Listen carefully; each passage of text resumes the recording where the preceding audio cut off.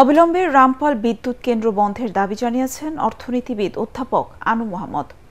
এ বিষয়ে বেশিরভাগ মানুষের সমর্থন আছে বলেও মনে করেন তিনি।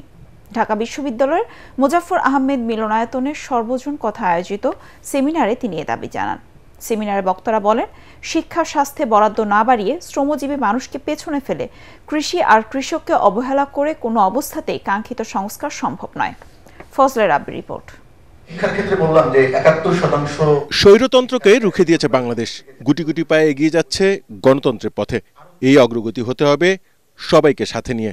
এই পথ চলায় বৈষম্য থাকলে আবারও হোঁচট খাওয়ার শঙ্কা থেকেই যাবে। বৈষম্যহীন বাংলাদেশের সন্ধানে সর্বজন কথা আয়োজিত সেমিনারে বক্তারা বলেন, শিক্ষা স্বাস্থ্যে বরাদ্দ না বাড়িয়ে শ্রমজীবী মানুষকে পেছনে ফেলে কৃষি আর কৃষককে অবহেলা করে কোনো অবস্থাতেই কাঙ্ক্ষিত সেই বাংলাদেশ পাওয়া যাবে না।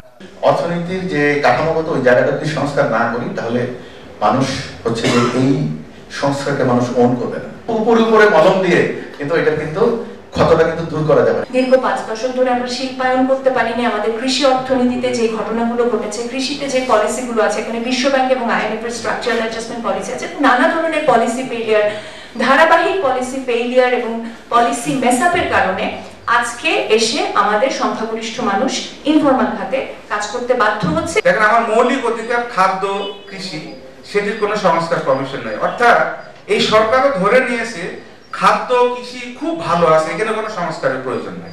রামপাল বিদ্যুৎ কেন্দ্রকে ঘিরে আওয়ামী লীগ সরকার সবচেয়ে বেশি সমালোচনার মুখোমুখি হয়। পরিবেশ বিধ্বংসী ওই প্রকল্প তখন বন্ধ না করা গেলেও এখন যৌক্তিক কারণেই তা বন্ধের দাবি জানান অধ্যাপক আনু মোহাম্মদ। এটা প্রমাণিত যেটা জনগণ গ্রহণ করেনি, তখন ভোট হয়েছিল, সেখানে দেখা গেছে 99% এটার বিরুদ্ধে।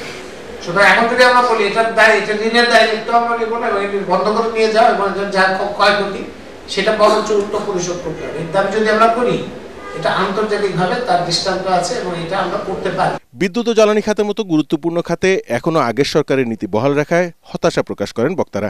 জ্বালানির দাম কমালে কিন্তু মূল্যস্ফীতি অনেকখানি কমে যাবে, কিন্তু সেই কাজটা তারা করছে না।